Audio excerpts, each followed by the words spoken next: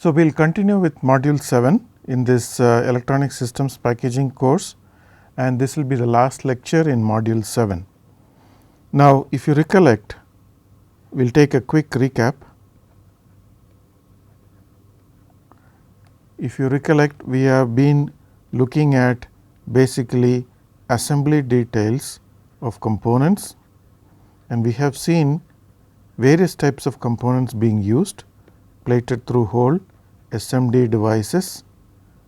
Earlier in the lectures, we have seen flip chip. We have also seen BGA assembly, because BGA is with solder balls.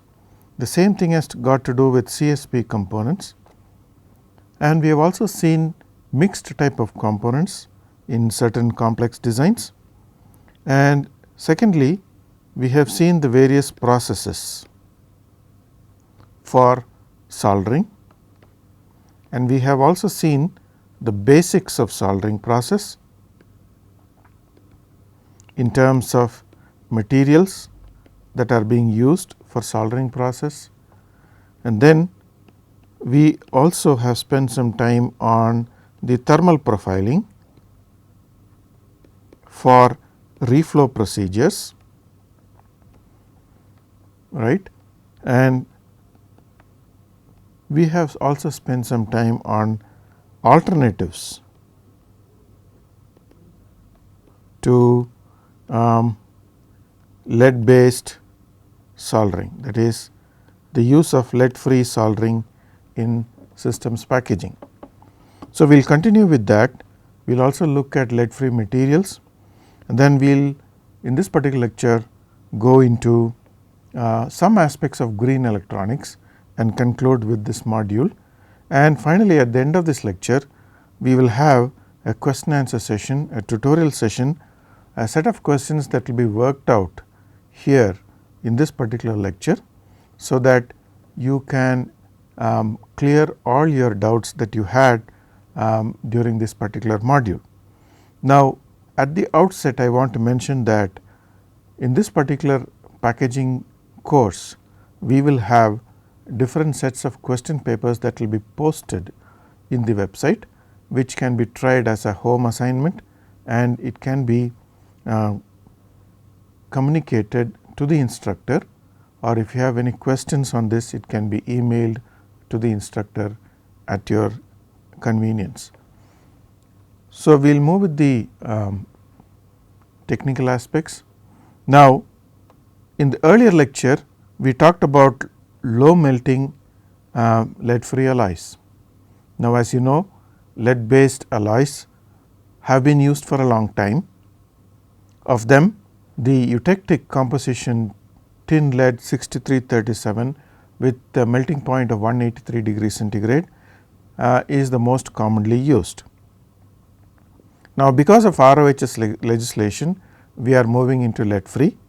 Now, if you look at the alternatives of lead free, of lead based in using lead free alloys, the idea is to lower the melting point, but most compositions of lead free alloys are above 183 degrees centigrade, the normal eutectic temperature that we have been used to working for a long time. Now, the first alternative that we briefly discussed in the last lecture is indium based alloys. That is, if we use tin in combination with indium, you can lower the melting point to as much as 118 degrees centigrade, and it is useful for temperature sensitive components that are being used in that particular design, so that you can have minimal thermal shock on the components. Now, cost and availability is a problem. Cost, because indium is used, which is expensive, and then availability in terms of the manufacturers of this particular type of alloy. So, there is not enough global market for indium tin alloy as of now, but there are many players in the market who have been using indium tin for specialty applications. Now, the next alternative is using bismuth, where you use bismuth to the extent of 58% and the rest 42% is tin. Here the melting point is 138 degrees centigrade. A very convenient temperature profiling can be done for components that are susceptible to thermal shock. Cost is comparative to tin, and the problem here is it creates brittleness in the solder joint after reflow soldering process, and it also has a poor fatigue resistance. So, on the one hand you are looking at lowering the temperatures, but on the other hand you have problems with the solder joint reliability issues. So, therefore, when you convert from lead based soldering to lead free soldering, please have a look at the reliability issues once again. So, disadvantages in using let us say indium and bismuth could be reduction in wetting, maybe you will have to use a special flux material. Now, we will move into high melting point lead free alloys. In this specifically, we will look at tin silver copper based alternatives to tin lead soldering. Now, tin silver copper alloy has good wettability, fatigue resistance, and good overall joint quality. Now, typically what we are looking at in every solder joint, we have seen that also that we want to reduce the intermetallic growth as much as possible. We have seen in the solder joint a cross section in the last lecture that there is a base metal rich area and a solder rich area in a solder joint, and depending upon the thickness of the growth of the intermetallic layer, you will have different alloy compositions of the intermetallic layer formed, and these intermetallic layer compositions are the defining factor in the solder joint quality. So, if you have brittleness, then it is due to the nature of the intermetallic growth and how it can withstand thermal stress strain during the lifetime of the product. Now, in tin silver copper, we have seen ternary eutectic composition, that is tin 3.5% silver and 0.9% copper. This has got a melting point of 217 degrees centigrade. We have also seen about SAC 305 alloy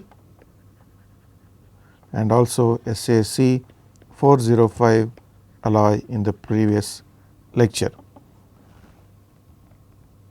Now, the lead free solder can also come with antimony as one of the components. So, antimony based lead free solder is also available. Now, this one will stop the gray tin formation, that is intermetallic growth involving alpha tin and beta tin phases at low temperatures, but this is toxic, and so this is a problem. So, this is not widely recommended. Now, the characteristics of lead free solders, as a summary I would like to project it here. If you look at this particular table, the entities here are the compositions of the lead free solder that are available in the market, the melting point range, and some of the comments that are available from the literature. So, if you look at tin indium, which we have seen just now, the melting point is very low, 118. The strength of the solder joint is of a big question mark in terms of long term reliability and also the cost. Okay. Tin bismuth 138 degrees centigrade is the melting point. It is an established material. The availability concern of bismuth is always a question. Now, again these are specialty applications. Okay. So, unless and until you require these kind of alloys, you have to look at cost. A solder joint that is established on a printed circuit board will add to reliability problems, and if you have so many joints, hundreds of joints on a printed circuit board, then you have to look at the solder joint quality, reliability and issue, and that is directly related to the choice of the lead free material. Now, some of the literature materials that have been well known or well studied by various groups, various organizations or industry has been listed here. Tin zinc has also been tried. The melting point is 199 and the problem is corrosion. Then you have compositions that are as complex as having tin, antimony, bismuth and copper. Okay. So, this is a complex system, and then you have the melting point at 218 degree centigrade eutectic. It has got high strength, excellent thermal fatigue. Now, cost could be an issue, and we are worried about the continuous availability of such kind of mixture. Then you have tin, silver, zinc instead of copper. Then the range where it can be used is 218 to 221, high strength and good thermal fatigue. Then you have tin copper, tin to the extent of 99.3, copper 0.7%. Look at the melting point, well manageable in terms of your reflow zones that you can set in the equipment, 227, high strength, fairly high melting point. Therefore, here you should look at your components that are being used in this particular design or assembly, and that which can withstand these kind of temperatures, because if you say 227, then your peak reflow would be set to, let us say, 3 to 5 degree centigrade above the melting point, and you have to look at the vulnerability of your component at these temperatures. Although the reflow residence time, peak reflow zone is very short. Then you have tin, antimony, good shear strength and thermal fatigue, tin, silver, antimony. There is a Motorola patent, high strength. Then you have as complex combination like tin, copper, antimony and silver. All of these are added for special properties that can be exhibited by the solder joint. It could be wettability, it could be thermal fatigue, good thermal fatigue or resistance to corrosion and so on. So, here the problem is high melting point. Now, with the kind of substrates that we are using, organic substrates, and the kind of packages that we are using, we have to try to keep the melting point of lead free soldering to around 220 if you are using in mass production. So, some of these combinations may not really work out for high volume production. Then you have tin silver, 221 is the eutectic and high strength and high melting point. So, in summary, what you can look at is in the market there could be a wide variety of lead free solders. The most common is SAC 305 and SAC 405 alloy. You could try using that because of the well known characteristics of the solder joint. But again, if you are looking for special applications, low density board, okay, and it could be ceramic packages that you want to use or a combination of ceramic and plastic packages. And then if you know the handling of these components, then you can choose from a wide variety of materials. The only thing is, if it is a mass production, you have to look at continuous availability so that you can standardize your procedure. Commercially available lead free solders, just for interest, for people who are interested in knowing the kind of products that are available. Obviously, this is not an exhaustive and complete list. These are representative examples that have been taken from the literature. Solder name, for example, Indalloy, where this is a specialty alloy and it contains tin, indium and silver, and melting point, as you can see, it is very ideal, 187 degree centigrade.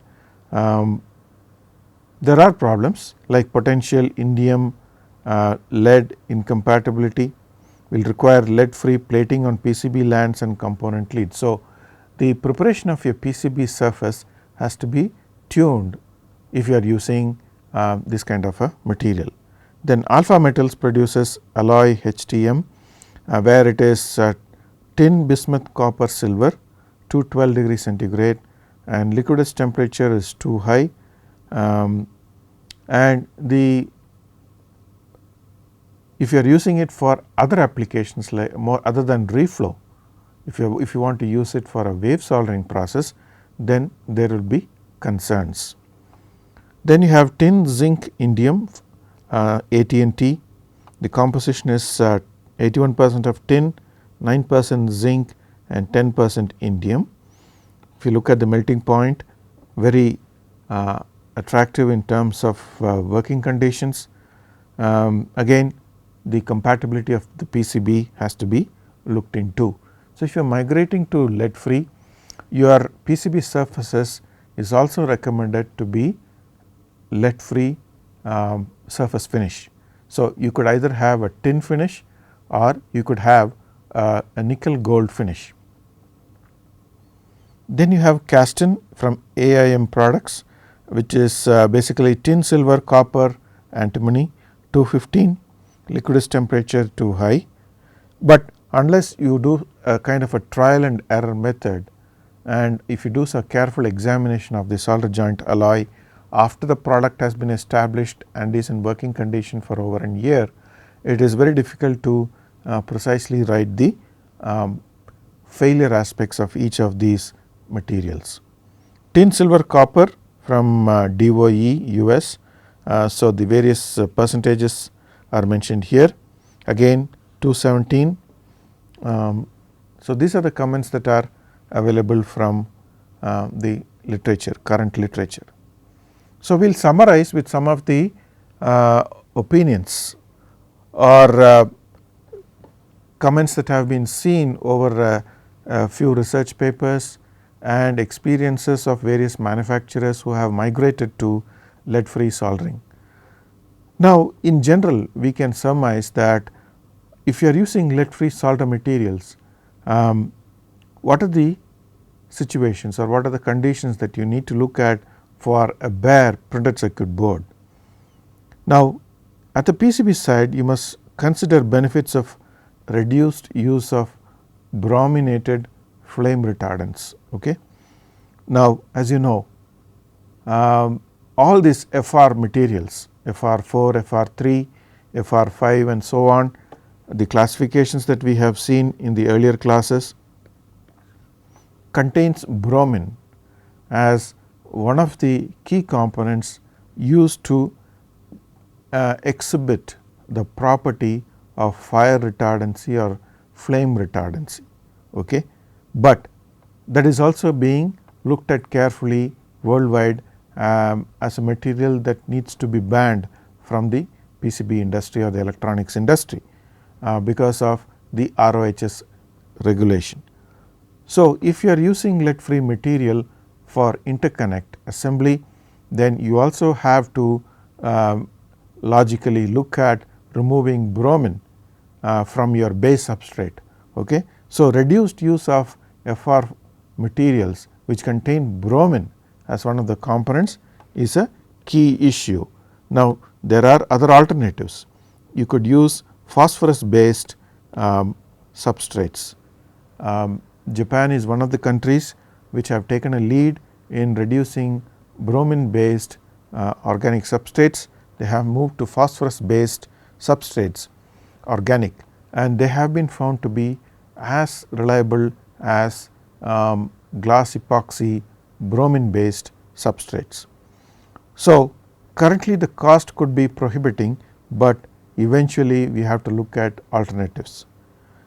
Avoid use of low grade laminates, because as you know, if you work with lead free, you are going to work with higher temperatures. So, choose laminates or substrates that have high TG, so that it is compatible with the various processes. It could be reflow process, it could be wave soldering process. Now, as I repeated in the previous slide, change to pure tin as an etch resist. So, your process sequence should be including tin as an etch resist. The top and bottom layers of your multi-layer printed circuit board could either be finished with tin, or you can use some kind of a thermally stable solder mask. Okay. So, you can avoid a metal etch resist completely, use SMOBC, that is solder mask over bare copper. SMOBC stands for solder mask over bare copper. So, many companies move into this kind of a finish. So, instead of having tin or tin lead as a finish, the only requirement is that your copper should be well treated, okay, to avoid corrosion during its life or the product life, and you can have a very good solder mask that is highly stable at the temperatures of operation of the PCB, and which can take care of the heat that is generated from the surface of the PCB during the operation of the product. So, these are some considerations that you can have when you parallelly move into lead free solder materials. It is not enough that you just look at lead free soldering, you have to look into totality, a holistic view of the entire system, including most importantly your printed circuit board. Alternative finishes could be, as I said, firstly nickel gold is a very good option. You could go for lead free hot air leveling, right. Most of you are aware of tin lead hot air leveling, hot air solder leveling. Now, since you have to avoid lead, you can look at tin hot air solder leveling. Then you can look at palladium, silver and tin alloys as a finish, although it could be prohibitive in terms of cost. Then you also look at organic solderability preservatives. Okay. So, these are typically you are going to use some kind of a organic coating, okay, on the copper surface, and this coating, when it is cured or thermally cured, it could be a very good base for tin lead soldering. It would have good wetting, it could avoid corrosion. So, there are different manufacturers who offer OSP finishes. So, this is a surface finish that many people have been using over the last decade, and it needs a very good understanding of the type of material that is coated over copper. Now, let us look at components. So, if you are going to lead free soldering, what are the things that you have to take care of from the component side? Thermal stability of the component, because you are going to work at different temperatures compared to tin lead. So, consider component stability at soldering temperatures which are going to be high, especially if you are going to work with BGAs. The popcorning effect will always keep reminding us if we have not taken care of certain precautions like removing moisture from the BGA package before reflow soldering, and the behavior of these plastic packages at higher temperatures. You also need to look at the coating of the leaded components. Okay. If you are using QFPs, what kind of coating has been given on the iron nickel alloy that is primarily the lead frame. So, a good understanding will help you in providing a very high reliability at the assembly stage with lead free. Consider component suitability at soldering temperatures, example electrolytic capacitors. Can they withstand these soldering temperatures? If not, can you move into some other capacitors? So, in one sense, you also look at passive components on their suitability for lead free soldering. Use ceramic packages, use materials that have a larger size. Okay. So, these are all design issues that you can look at. Alternative finishes, from the component side, you can look at nickel palladium, may not be cost effective. Silver and silver palladium again may not be cost effective. So, look at tin copper, tin bismuth, tin silver from the component lead. For BGAs again it is a different ball game. you have to use BGAs that have lead free solder balls attached to its to the die. Now, from the solder side, it is very important that you are going to use fluxes, or flux could be a inbuilt component in your solder paste, right. When you use solder paste with screen printing or stencil printing, you are going to use flux. You are also aware of no clean fluxes, but generally there are different fluxes like mildly activated flux, low activated flux, and then super activated fluxes, and you need to understand what kind of flux is being used in that particular process. And as we saw a couple of lectures ago, the thermal profiling is based on these components. So, ensure flux compatibility with the alloy that is used. Use a resin or water based flux, so that the post cleaning process using aqueous based cleaning chemicals becomes compatible. Use no clean flux wherever possible. So, as you recall, when you say you are using no clean flux, the board after assembly need not be cleaned. That means there are residues that are minimal firstly. Secondly, if there are any residues, they are not going to affect the board. That is, even if the pads are close to each other or tracks are close to each other, the residues would not be harmful in terms of corrosion inducement or electromigration or any other shorting problem. Solder alternatives we have seen. The best thing is tin silver copper alloys for all techniques. Tin copper possible for wave operations, so you can consider that. Bismuth based solders for low temperature.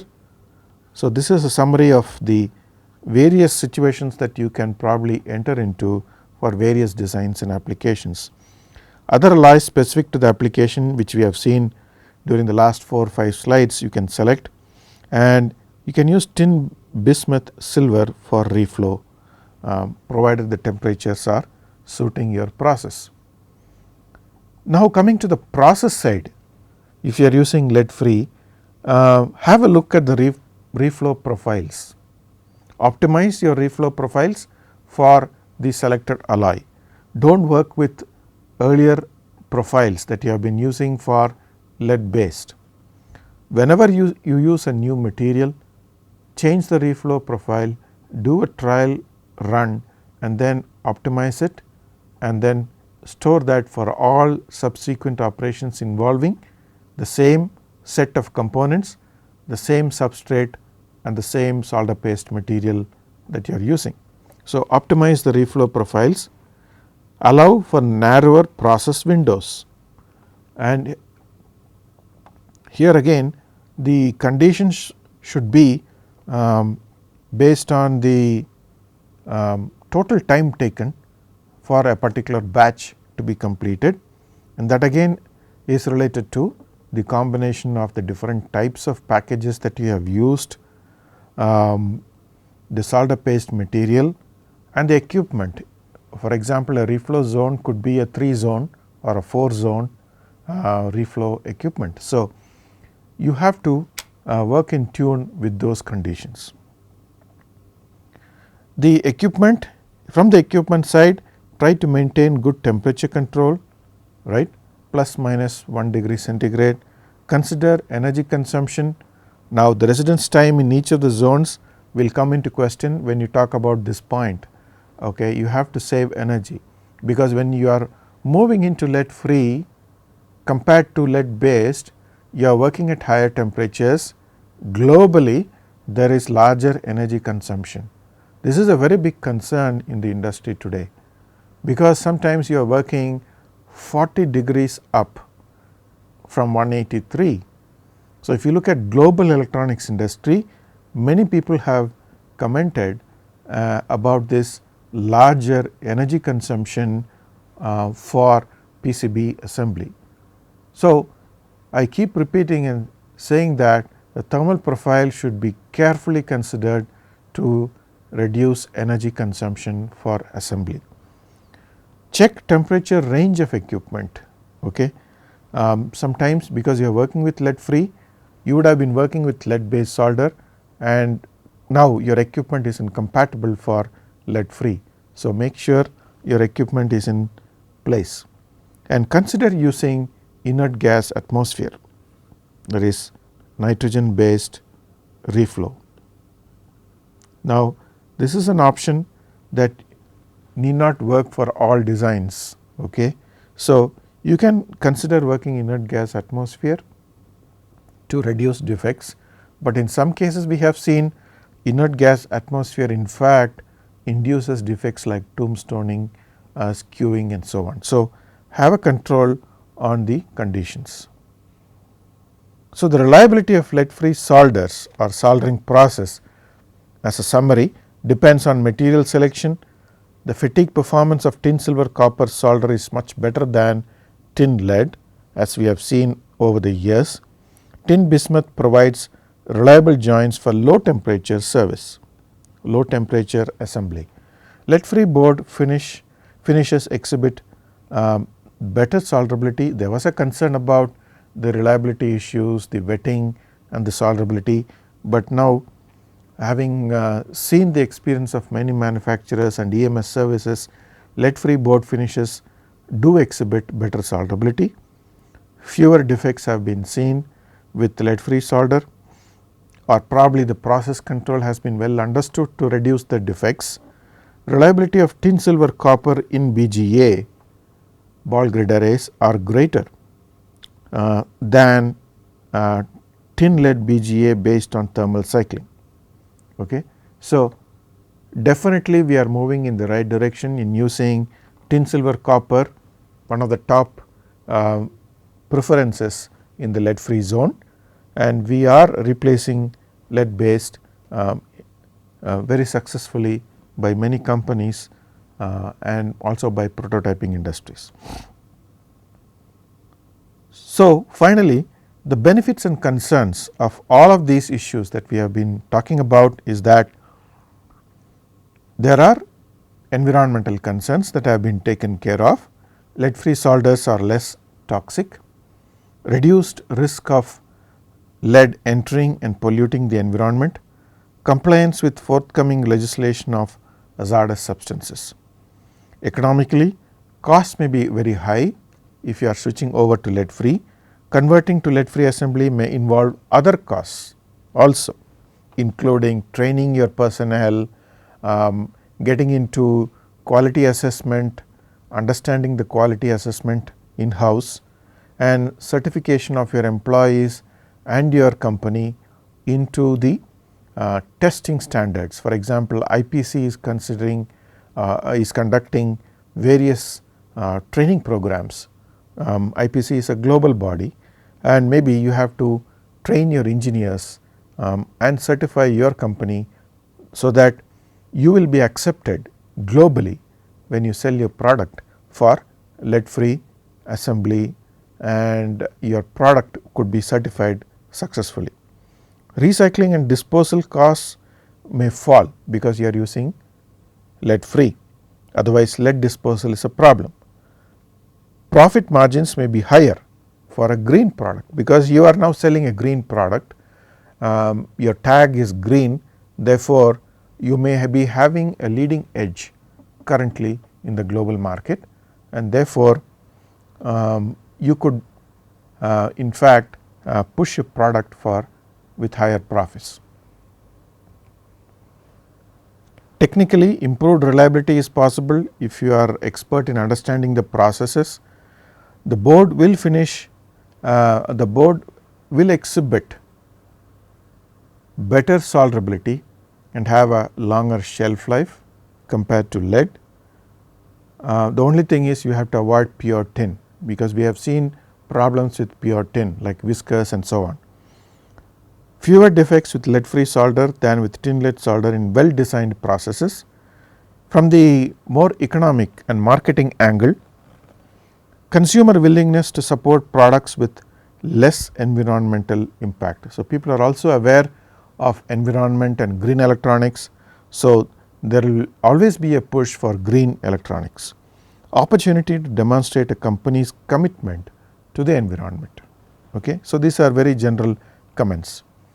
Now, we will move into so that completes the section on assembly including lead free. We will now move into a few slides that concern green electronics.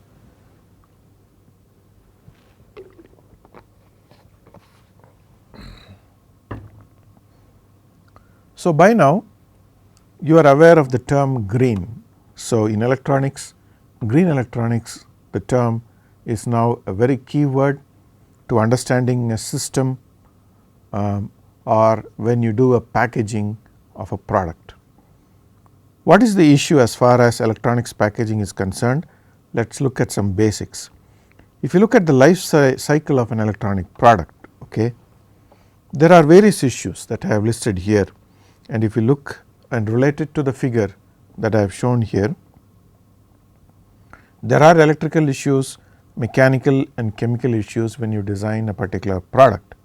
So, it moves from design, supply components, raw materials, IC packaging, PWB fabrication, PWB assembly, then you have transport, user consumption, and then comes the important disposal or recycling. So, raw materials, production of IC and passive components, organic board fabrication involving a variety of chemicals. Okay. So, if you look at the life cycle of this product, these are some of the stages. Assembly of components using a variety of harmful materials such as lead, assembly of the resulting electronic product into end products such as systems like cell phones, laptops, camcorders, etc. Transportation of these products to the customers, usage and consumption of products, disposal and recycling of materials that could be harmful to the environment, which so far has been done in a view that has never been well clearly understood by the industry. Now, we are moving into a phase, an era where the entire scenario is redefined. At each stage, we are looking at what are the harmful entities that go into a product, how to remove them, how to replace them with newer materials that are safe, and finally, looking at end disposal and recycling issues. So, let us carefully look at the various entities in each of the stages of a product design and product formation. If you look at the first stage, wafer and IC fabrication, there are pretty much too many solvents used, too many chemicals used. Potential solution is that try to replace them with non-harmful solvents and chemicals. IC packaging and assembly, lead that is used in solder, cleaning flux, there are chemicals that could be harmful to the environment.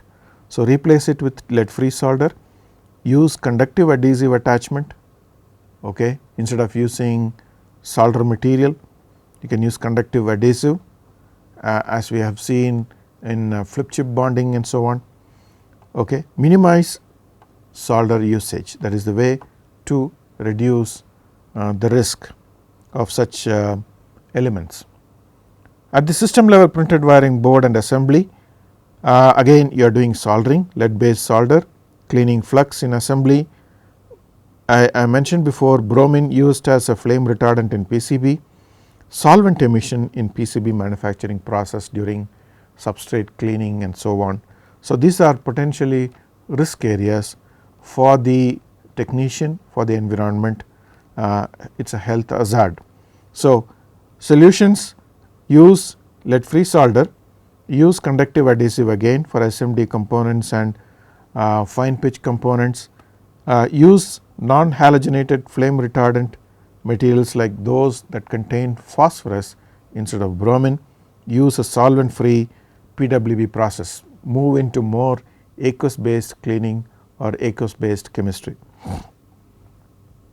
System assembly, if you look at batteries used in system products, cadmium is an issue because that is to be eliminated. Then halogen flame retardant in housing and so on. So, use alternate battery, use non-halogenated flame retardant. So, what are the risk substances used in manufacturing process, but not in the final product? Solvent is a big concern used in PCB manufacturing. So, chemicals used for flux cleaning during soldering process, then chemicals used in the etching process. Okay. Those materials like chromium, for example, which were earlier used in the etching process in the PCB fabrication needs to be eliminated. Okay, because again hexavalent chromium is banned, but handling chromium, which is very corrosive and harmful to the personnel working, needs careful consideration, because there are a lot of alternatives available to such chemicals. Now, how do you treat wastewater? Because there are various processes in the IC manufacturing and the PCB manufacturing, which involves a lot of deionized water which gets contaminated during the process cycle, and the volumes are very large, and it cannot be just like that sent into the municipal drain. So, you need to look at how water can be treated and recycled. Volatile organic compounds used in flux and solder paste require very careful consideration. The effects of these risk substances will lead to the following concerns. We have seen that basically the first thing is the health hazard to the personnel directly exposed to the risk substances. Global warming, I do not have to be too vocal about it. Most of you are aware of this issue. Bad odor and poor working environment in the industry or the workplace, destruction of ozone layer in the stratosphere, acidification of rain by generation of photochemical oxidants, and contamination of landfills is a major issue. When these electronic substances are being thrown in the landfill as a landfill, then this is going to penetrate into the earth, and then the effects are going to be seen much later. More energy to be spent to recycle risk substances can be avoided. Okay? Because if you are using materials that are easy to recycle, cost effective from the spent e-waste, then you can have savings. As an industry, from that point of view, it is going to be very important. So, better energy utilization in electronic products is also an important aspect of green electronics design and manufacture.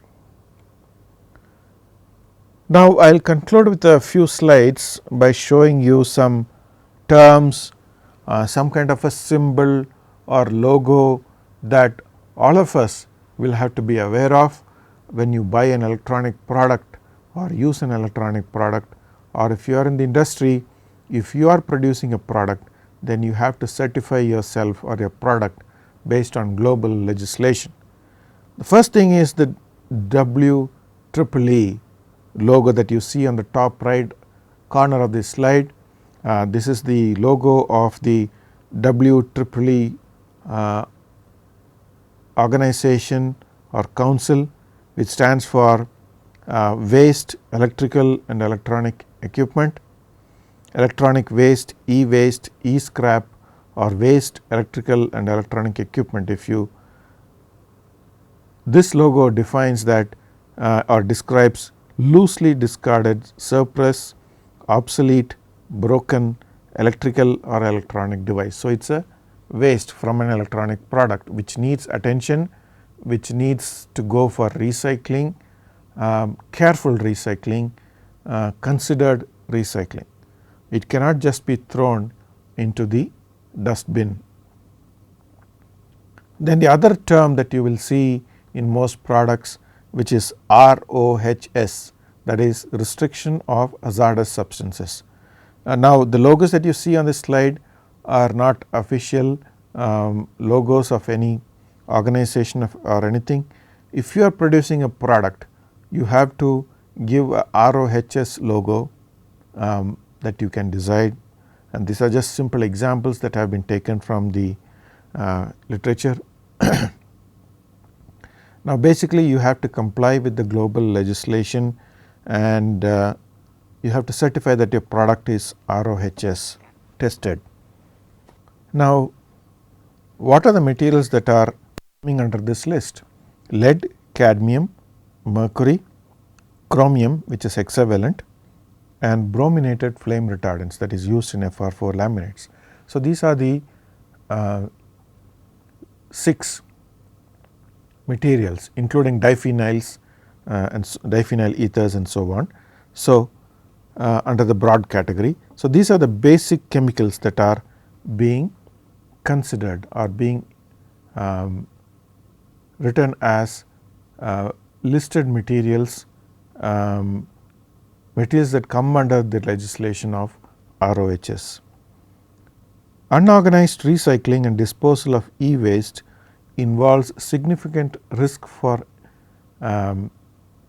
lives of workers and communities. For example, people who are involved in recycling these electronic product components.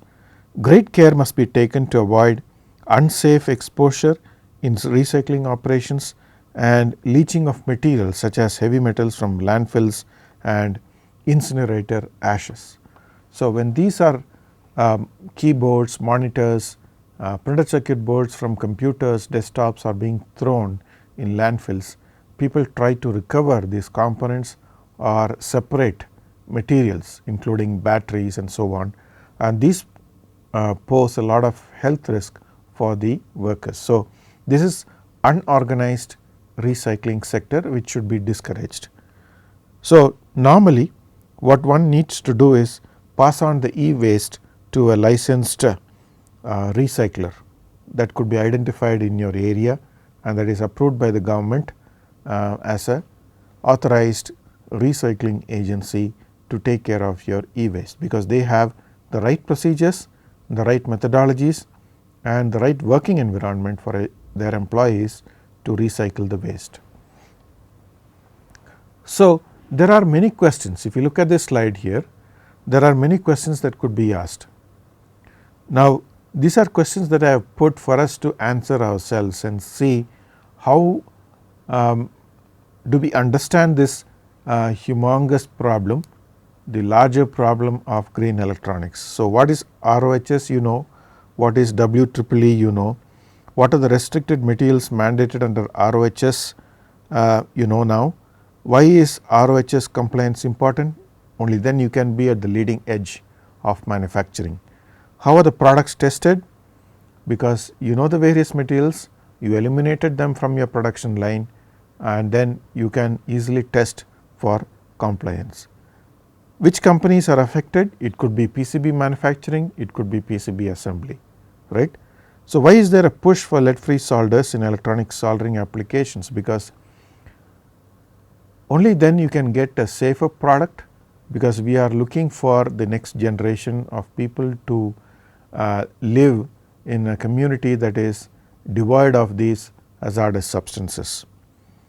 Now, why should some lead free alloys be approached cautiously? I am putting these questions because we have seen these topics already. Okay. Now, the reason why we should approach lead free alloys cautiously is that we are going to work at higher temperatures. Therefore, look at process, look at components, look at your substrate and judiciously take your lead free choice.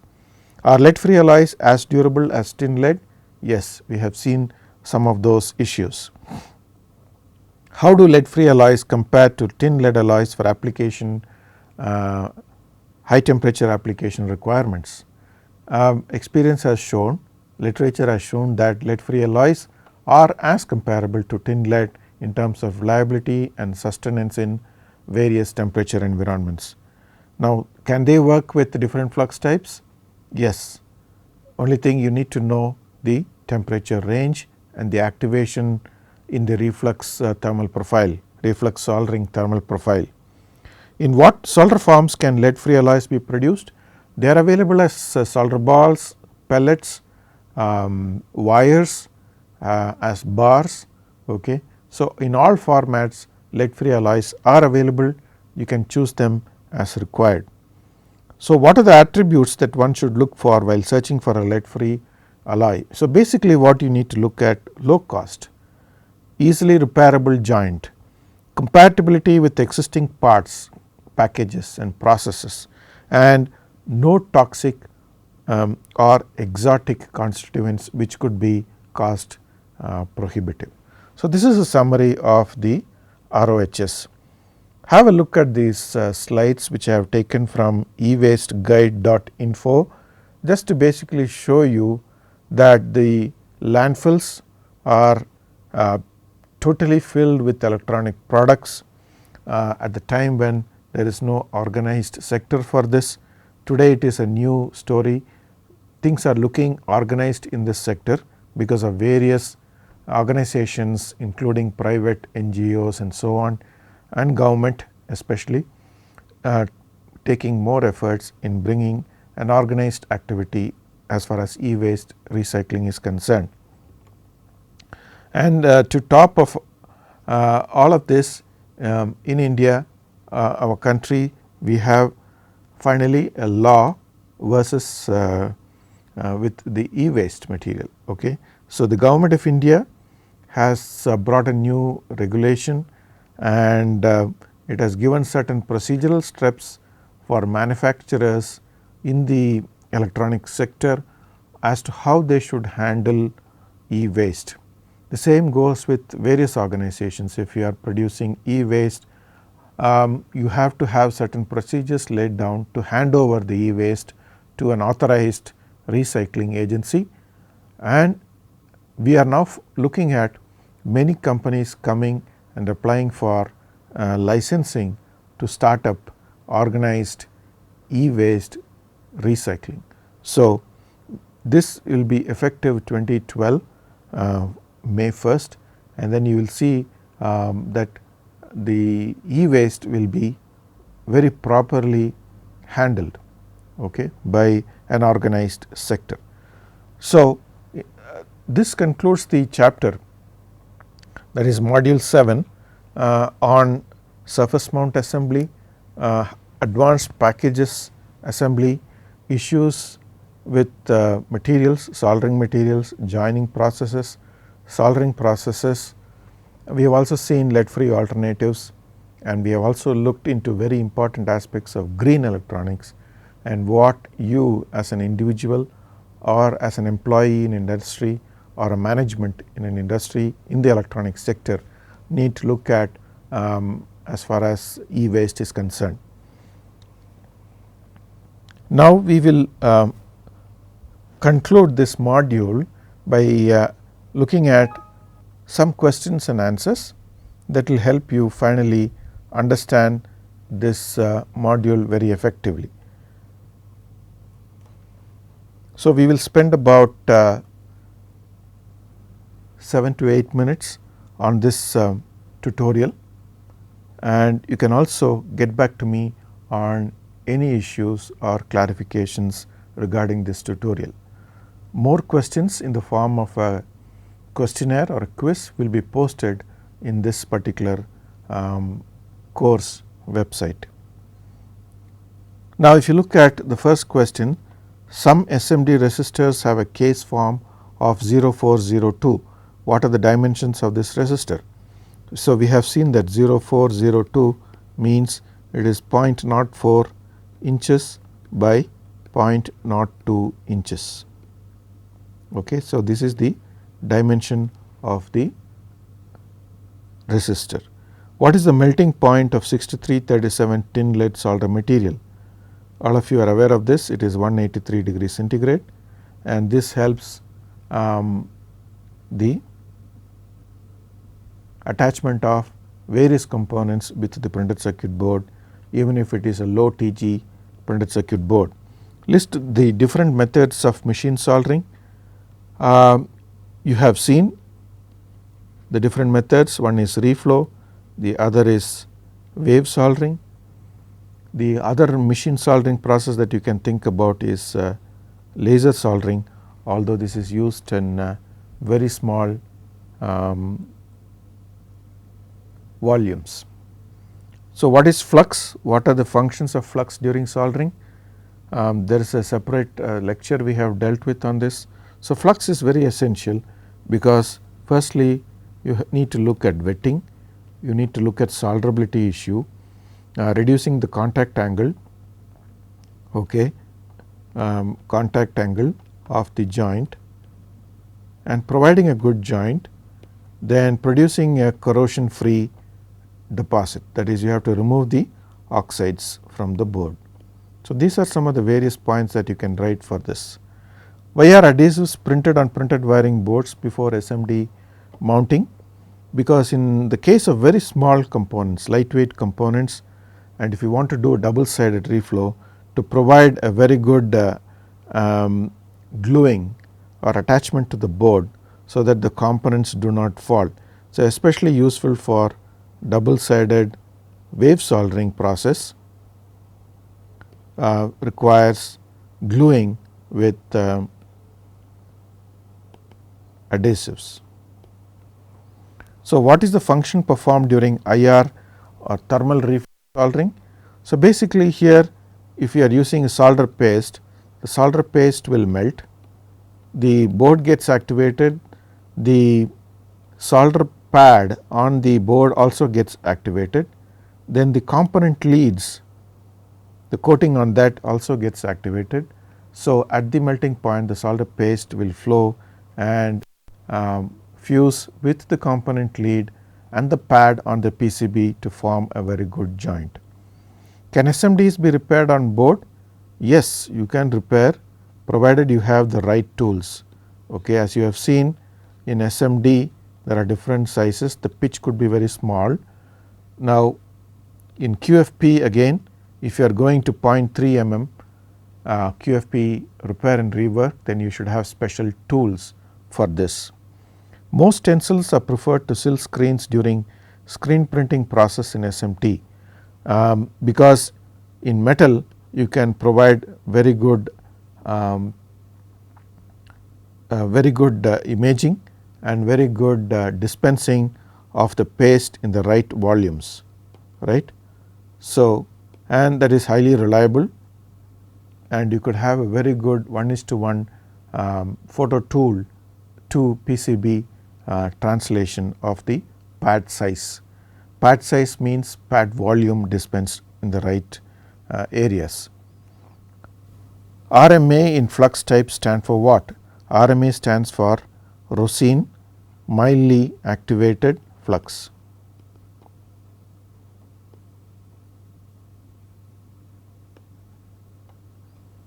Okay.